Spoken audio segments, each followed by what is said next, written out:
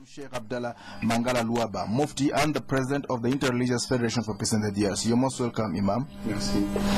We're also joined on live by Mr. René Abande, a member of the M23 Rebel Peace Delegation. You're most welcome, Mr. Abande. Thank you, sir. Bishop Monsignor Dieudonné, how did the talks go today? Today, it was time for the government to reply, as requested by the Foreign Affairs Minister Sunday, when the M23 representative delivered his speech. The government considered that some issues raised and the picture described for the government was wrong. So today it was mainly that response from the government. We feel like the climate was good. Everyone was around the table. And the speech of the government tried to reply to issues. We, as religious leaders, we listened carefully, and we thought that it was not exaggerated. So it is kind of equilibrium to get the right picture, so both parties can sit on the table and share.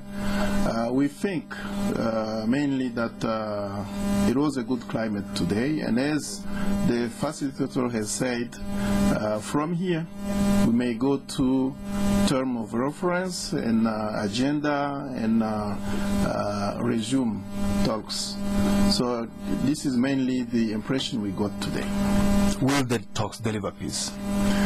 This is our hope, but also we can say from the Congolese people perspective, because this is the aspiration of all the people of the Congo, be it in Rutshuru, Masisi, Goma, the area where the M23 is working, be it in the whole huge part of DRC, everyone is calling on God and on all of us to work for peace.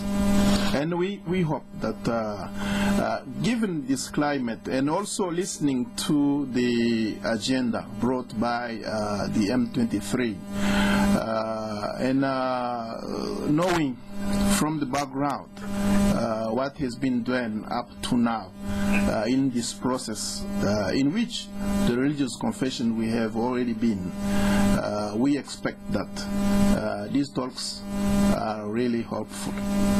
Imam, give us your own assessment. Do you think there's hope for these peace talks? Est-ce qu'il y a de l'espoir? Est-ce que tu as de confiance? Nous pensons que d'abord nous vous remercions de nous avoir reçus. Thank you for calling us here. Et ensuite nous voulions quand même préciser que nous ne faisons pas donc les porte-parole du gouvernement. We would like to say that we are not speaking on behalf of the government. Nous parlons au nom des confessions religieuses qui sont dans la délégation comme des témoins. We are speaking on behalf of the religious leaders and confessions as part of the delegation in our capacity as witnesses. Et comme c'est un problème qui guette les communautés, que ce soit la République démocratique du Congo, que ce soit le pays voisin l'Ouganda, que ce soit la République du Rwanda, que ce soit le Burundi et les autres, parce que notre pays est entouré par 9 pays. It is a huge problem. As you know, Congo is bordering with 9 other countries, and it is not just a problem for DRC. It concerns also Uganda, Rwanda, Burundi, and other countries which are neighbors of DRC. Alors, la paix durable, c'est ce qui nous intéresse, nous les chefs de confession religieuse, pour protéger les populations de tous ces pays, pourquoi pas de l'Afrique et du monde. On ne veut pas les violences, on ne veut pas les guerres, on veut la paix entre les populations. A durable peace. This is our aim as religious confessions, because we think that with durable peace we may protect, we may help people of populations in all these countries. Why not for the whole continent of Africa and the whole world? All right, let's hear from Mr. Rene Abande from the M23 Rebel Group. Mr. Abande, hello? Yes, sir. First of all, I would like to tell that I'm speaking the phone, so I'm not hearing everything. The line is not very well. But let us go on. I will speak very well with the Imam said, but I think that there is a need to overcome problems and to try to find a way to come out of this crisis. And I think with the right, I agree with you, because finally there are some political problems, you can't hold them with the military means. The problem is political, and the solution is that. The other thing is that we as M23, we came here with a will only to reach levels as soon as possible. Some incidents were there, but for us, our goal is to do our best so that we can reach an agreement which will end the conflict in the causes of that conflict which has been here for years. I think also it's good to say that yesterday, the day before, there were two speakers, the one from our side spoke, after the one from the government side. Then the one from the government side had the right to make a decision. He said, he had it. Then after they didn't give another possibility today to speak again, and I think there is it's not really a clear basis. But M23 will want to accept such condition, which is not really very equilibrated, because the government side has spoken like 3 times, while the M23 spoke only once. But we decided to go to forward and to look to overcome that problem, and to see if we can go to other agendas like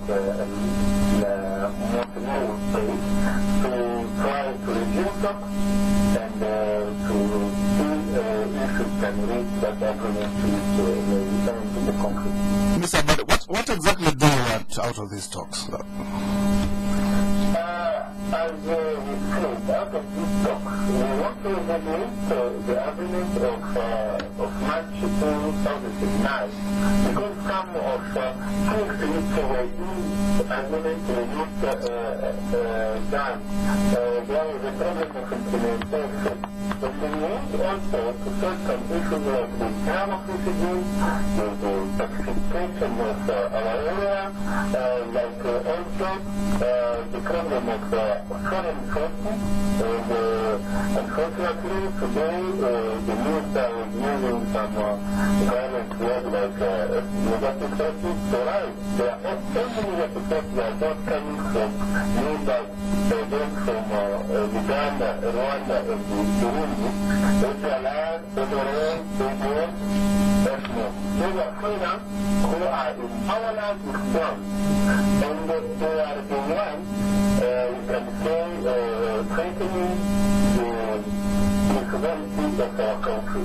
That stand in borders of our country, to be considered as aggressors.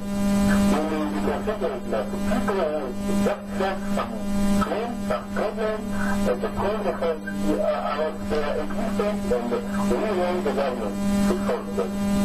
Who's funding you? Yeah?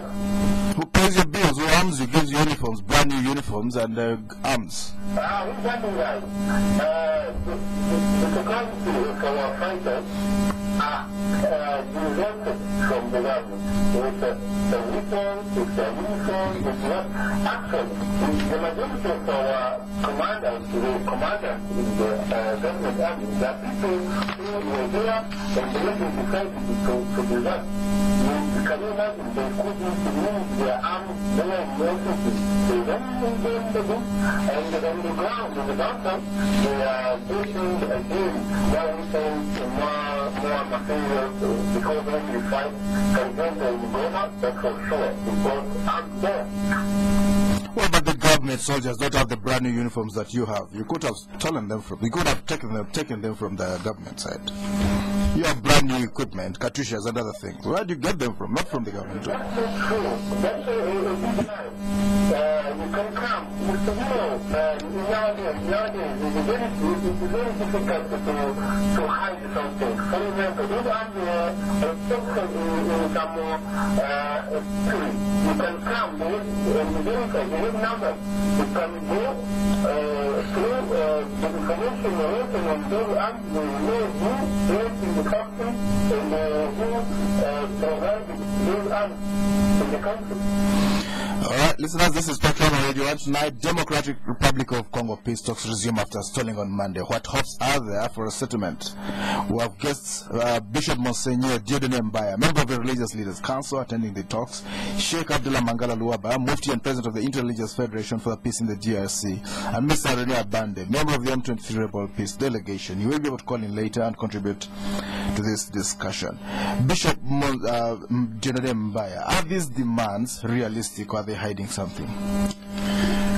If those demands, this is why I told you at the beginning that looking at the agenda which has been put on the table by the M23 and knowing that the government of DRC and the people of DRC are willing to regain peace, it is possible to get to a peace even quickly if all the parties at the the dialogue are ready to move forward. So these demands are realistic, and it is possible if we have a good will, if we have an open heart and mind, if we are quite humble on both sides, it is possible to reach this and even to go beyond. I mean, in terms of this issue of implementation of Goma Accords agreement signed in March 2009, it is possible. For instance, as we know, we expect our brothers from M23 to explain more. As we hear and read from what the government has written and listening to what some of them in different speeches have said on this implementation, we think it is possible. But also about the cleaning, the security and development of the area they refer to, which is North Kivu, territories of Ruchuru, Walikale, Masisi, and the surroundings. This should be put in the global setting of DRC situation. And we even say that when you look to other parts of the country, the area which is the former Kivu, South Kivu and North Kivu, they have received a huge attention for the whole country. And we say that if all these wars, all this turmoil, and all these troubles and killings and sufferings have not been in place, maybe the same amount of money used for arms, for all these movements, could help the population and the area to get to a certain extent of development. So we want to say that these are not out of reach. It is possible, but we need, and we are calling on both sides, to have goodwill, to have mercy on the Congolese people, and to look forward in a kind of sacrifice, in a kind of letting certain requests, or on being humble, so to reach the agreement which they are looking for. Do you trust the rebels? They are human beings. They are Africans. They are Congolese, and we can trust them because we are all here in Kampala. We are here to find ways to solve the problem. And you know, in African wisdom, if you think you have the whole world and the world is against you, finally the misery will get you. So we think that we can trust them because the Congolese people is expecting, and they know. Imam Mufti Sheikh Abdallah Luaba, why did the government fail to implement the March 2009 agreement? And do you think they can implement the new one if they agree eventually? Pourquoi le gouvernement a-t-il échoué dans l'application des accords de Goma? Et est-ce que vous pensez que maintenant, si on fait un accord, ils vont l'appliquer? Ce sera vraiment arbitraire si nous disons que le gouvernement avait échoué. Parce que notre mission ici, c'est pour écouter maintenant les deux parties, le gouvernement et le M23, de ce qu'a été l'accord, le fameux accord, s'il a été appliqué ou non. We don't want to condemn the government right now because we are here to listen to both parties and to see what has been done and what is remaining. Donc je pense que dès que nous allons entamer, nous allons écouter les deux parties, nous allons évaluer réellement si les accords ont été appliqués, et c'est à ce moment-là que nous disons que nous avons de l'espoir.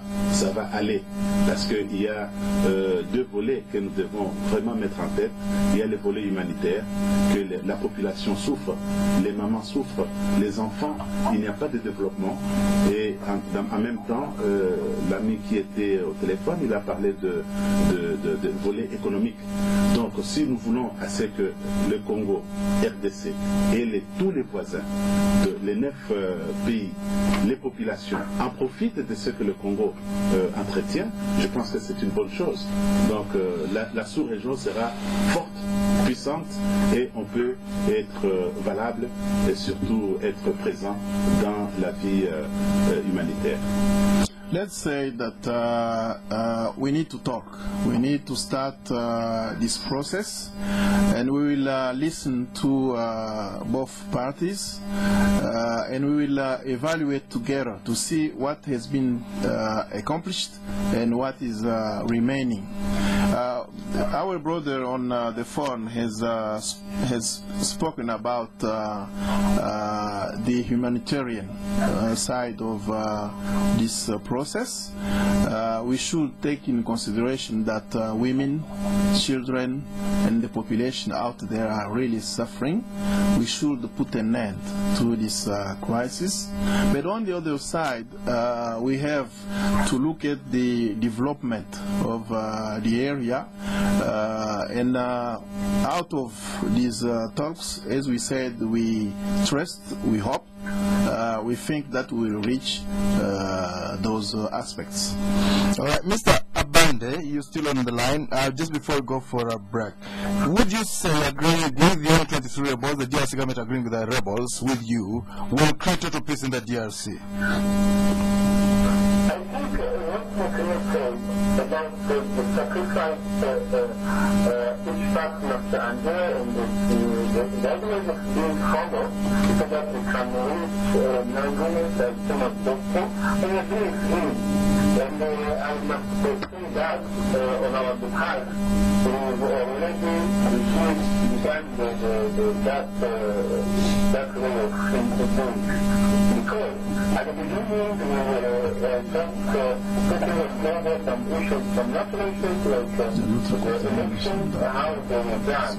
You know, there are many to discuss on that, but we will do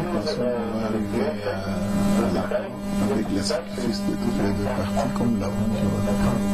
There are some issues about the basis of the Constitution, like the administration of the sovereignty, political origin, the Constitution, what is being done by different.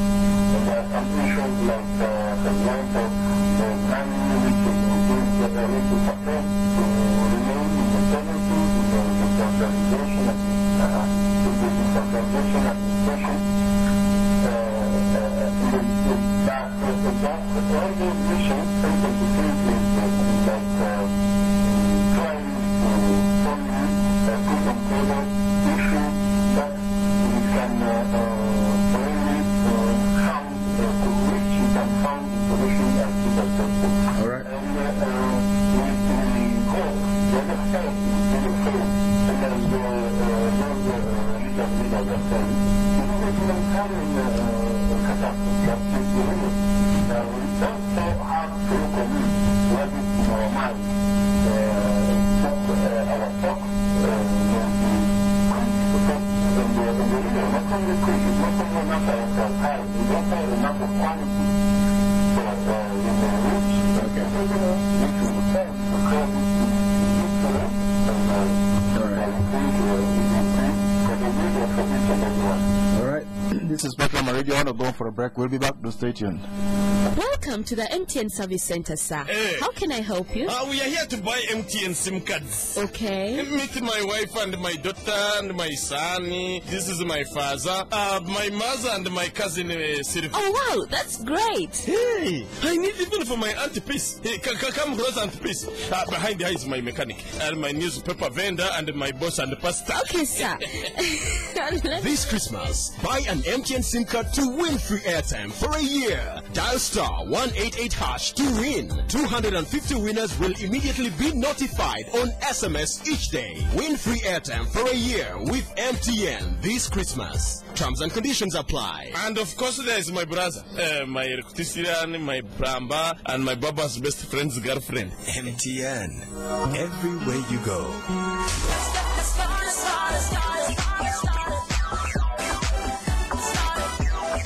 Discover the new invigorating taste of Red's Vodka Lemon. Red's Vodka Lemon. Reinvent the night. Not for sale to persons under 18.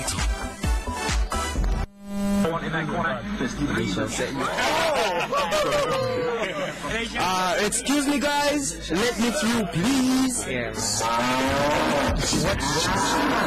Check this guy.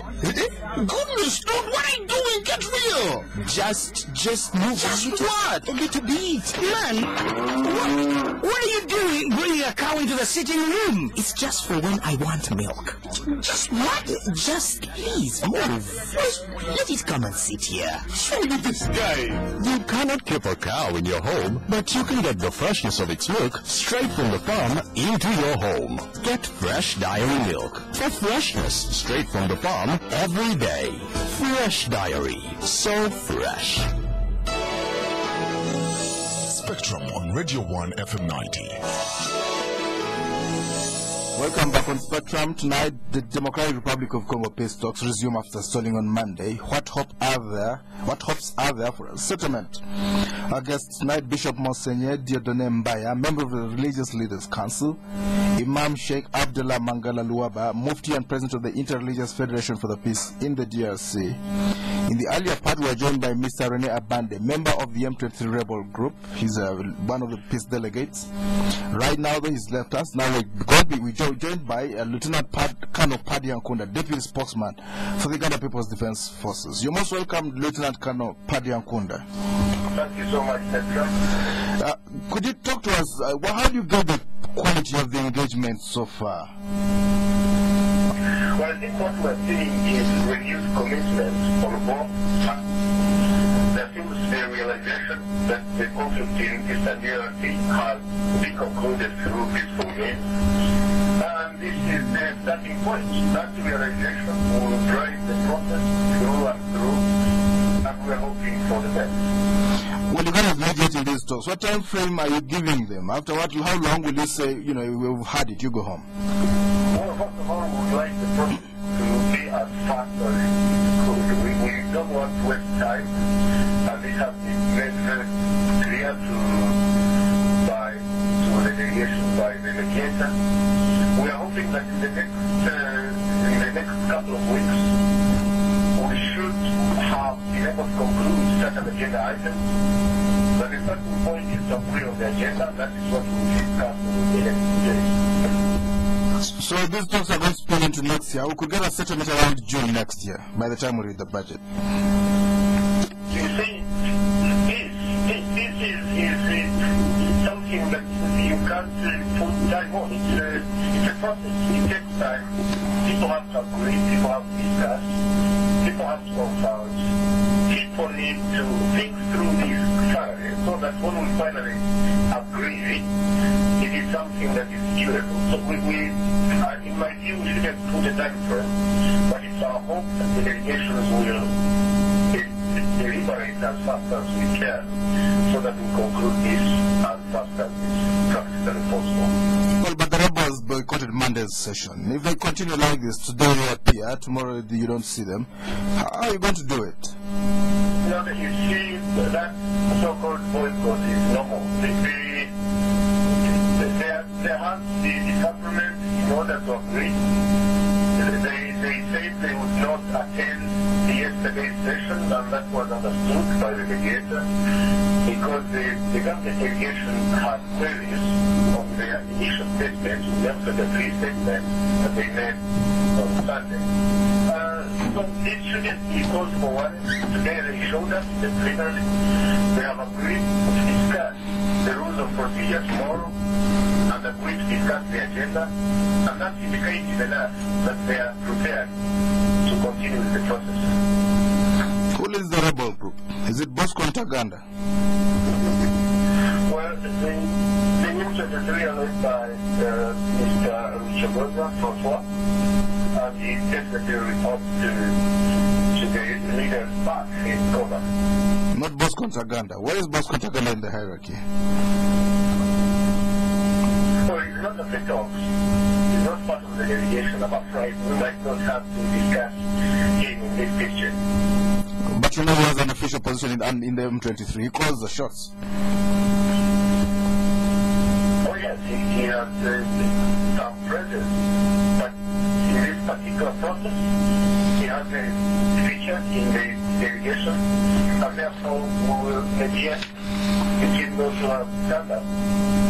And leave it to them to report to Bosco Ntaganda. Let's get back to the studio. Bishop, will solving this issue with the M23 rebels end the problems in the DRC? Because the other rebel groups, including the Mai and others.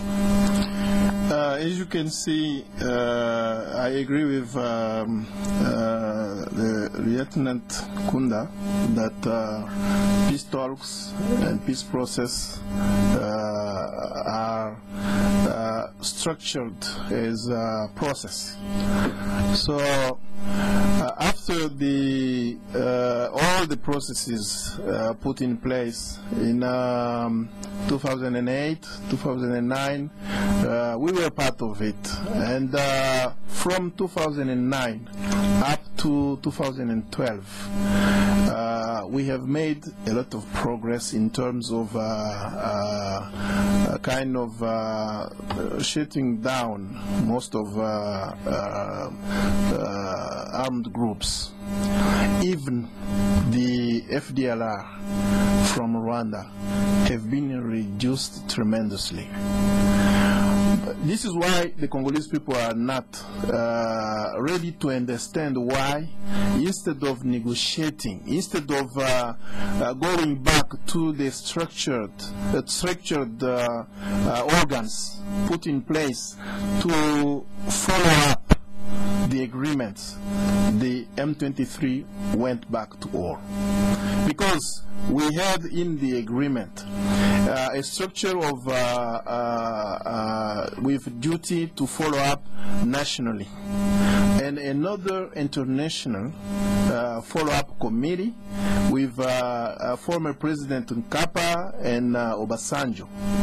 So as we look at the issue as a religious and civil society, we think that they could just come back to those two structures to raise up the concerns.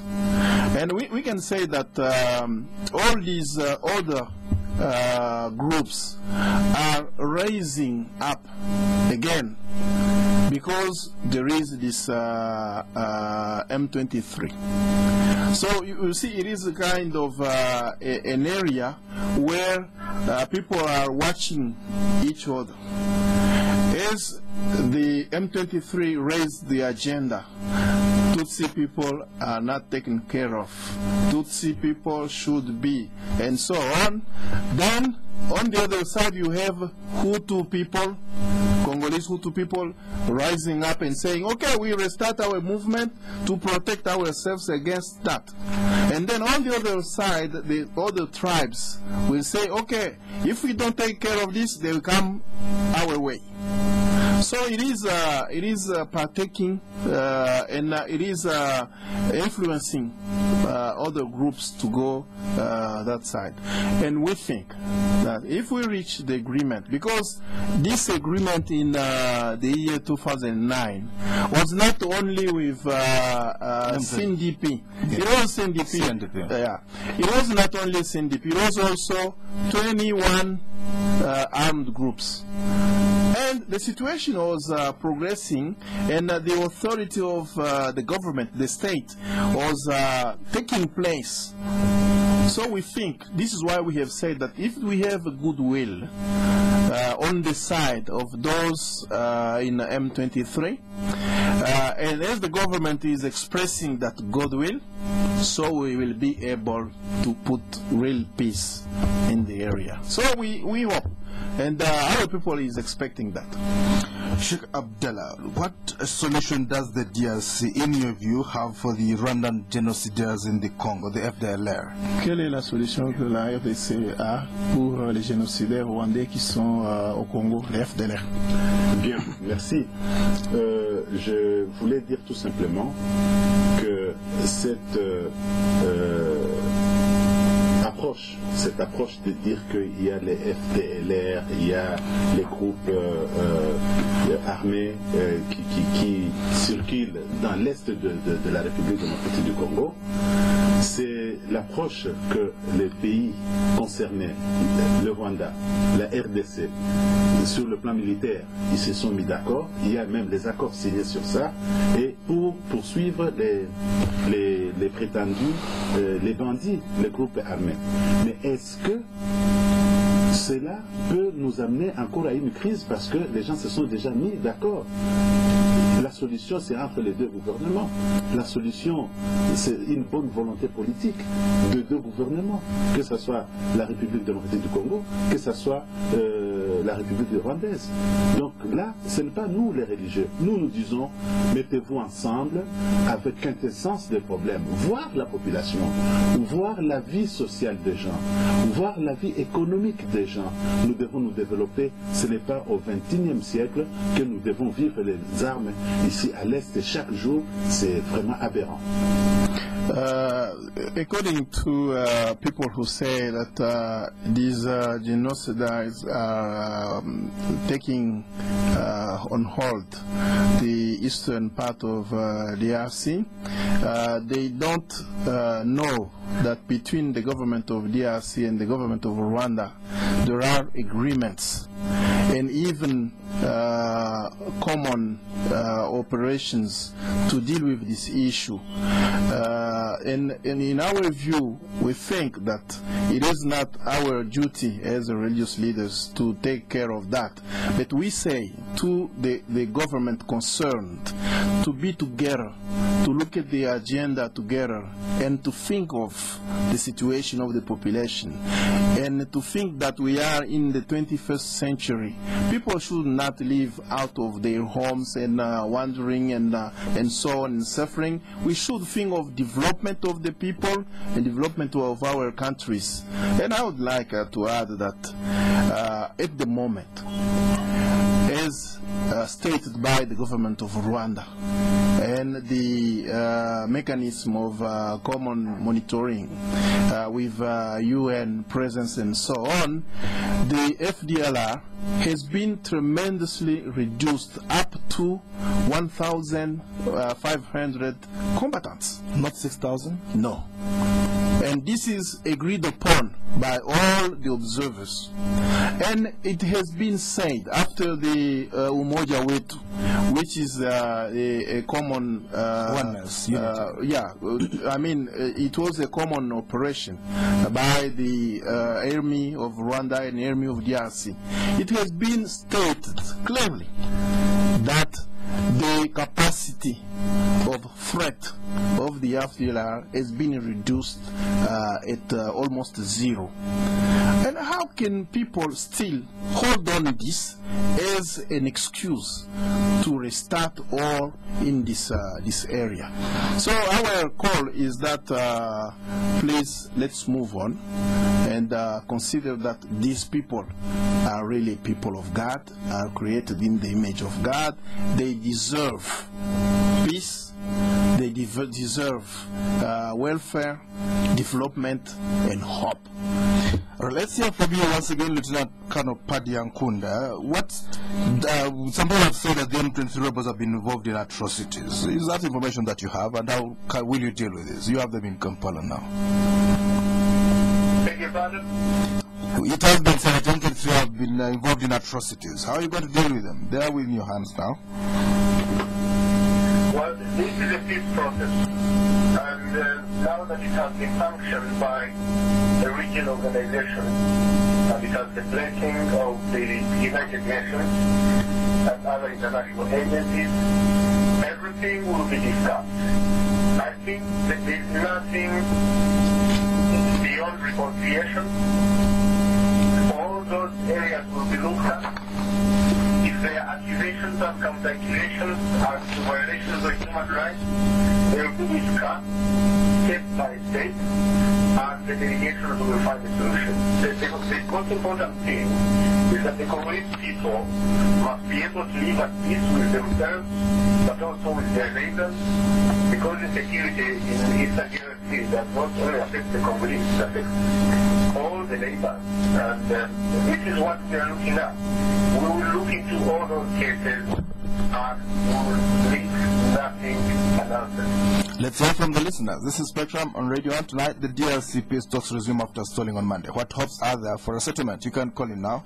Our numbers 0414-348-111, 0312-260-390, 0312-261-390. When you call in, please tell us your name and where you are calling from. The lines are being straightened on that side.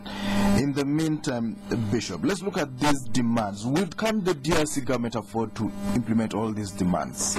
Pacification of the West, it's of the Eastern DRC. Do they have the money to do it, the resources? Because they have done it before, we trust them, they can do it. But also, peace in a village, peace in a community, it is a matter of the whole community. And we really think. Okay, let's hear from a first Spectrum. Hello? Hello? Hello? You're live on Spectrum, your name? Hello? Yes, sir. You're live on your name? Hello? Okay, we lost you. Please speak to us when you get through. Spectrum, hello?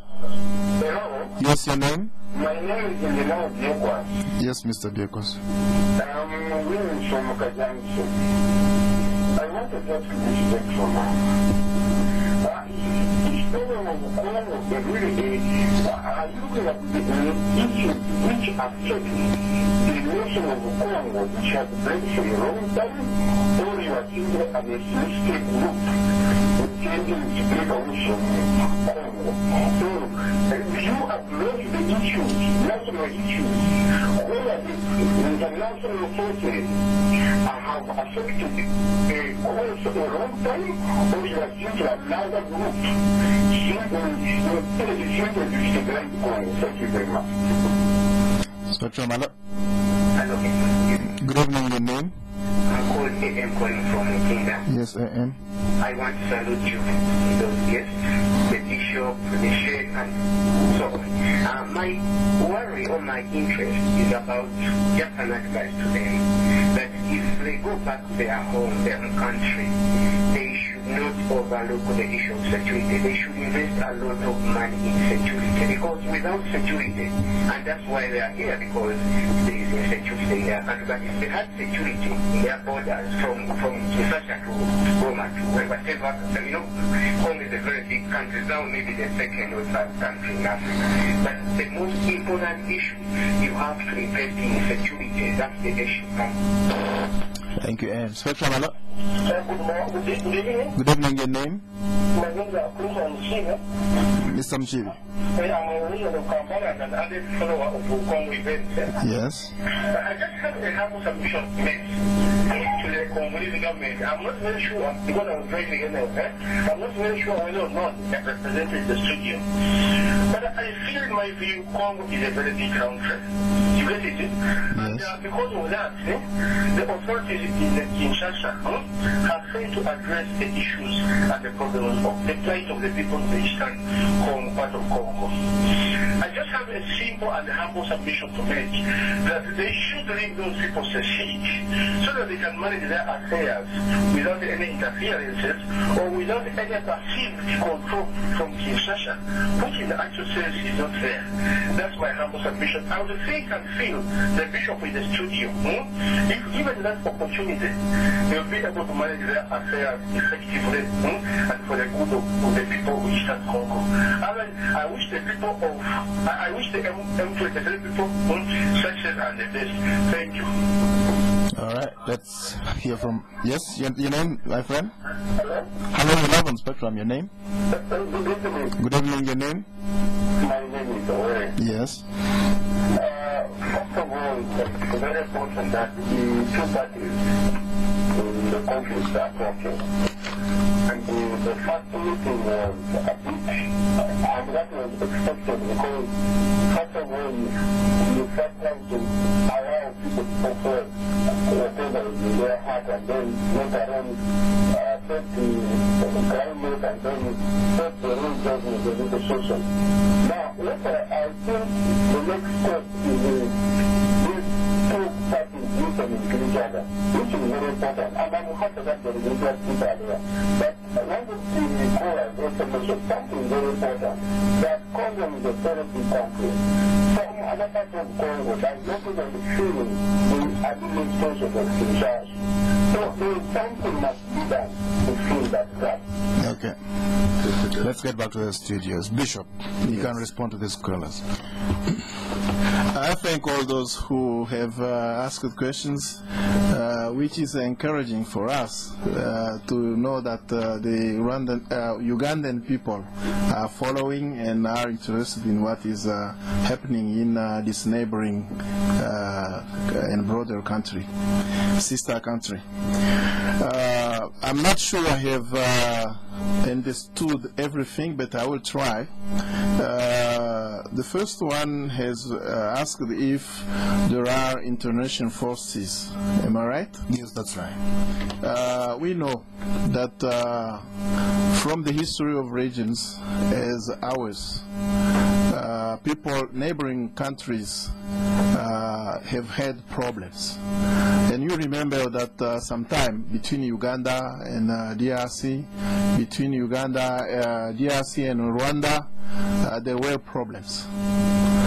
And even now, people from the reports from the United Nations, they are recalling the intervention of people from countries, even Uganda, even Rwanda, and it is not clear if it is the government. But in the case of Rwanda, these reports are saying that it is the government.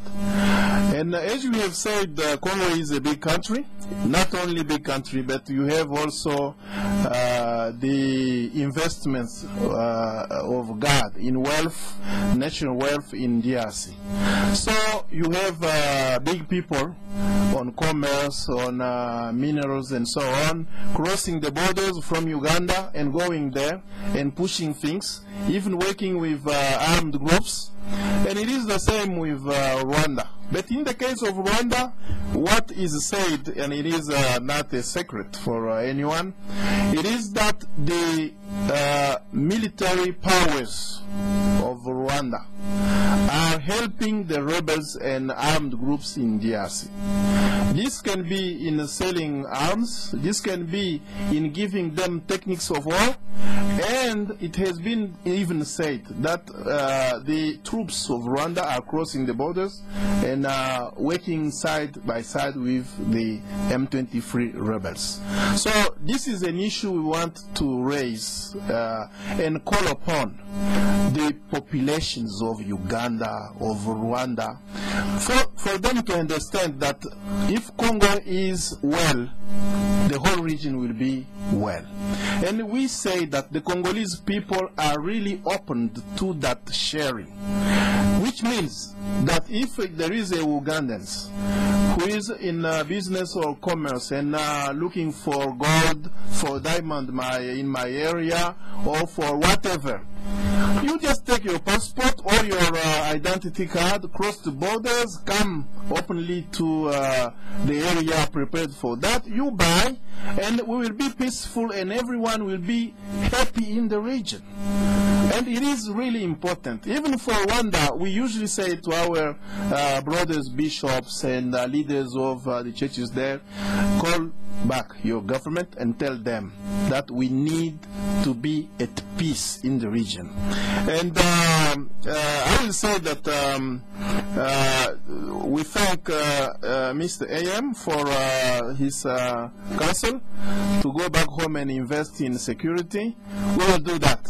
Right. And we hope the future will be good. All right. Maybe she can answer the other questions. Do you think they should cut the country into two? Vous pensez qu'on doit diviser le pays en deux pour rendre l'administration plus proche, parce que Kinshasa est toujours loin? Merci beaucoup pour cette question. Je pense que voilà une entorse et une faute grave de penser qu'il faut diviser la République démocratique du Congo. Ce pays, tel que nous savons l'histoire, la conférence internationale de Berlin a déjà réparti, il a déjà donné les limites de chaque pays. Mais le Congo aujourd'hui, même le Congo après l'indépendance ou avant l'indépendance, n'a pas eu de problème avec les voisins à cause des limites. Donc c'est un faux problème. On ne peut pas parler aujourd'hui de diviser le pays ou balkaniser la République démocratique du Congo. Ce sera un autre problème grave sur les populations.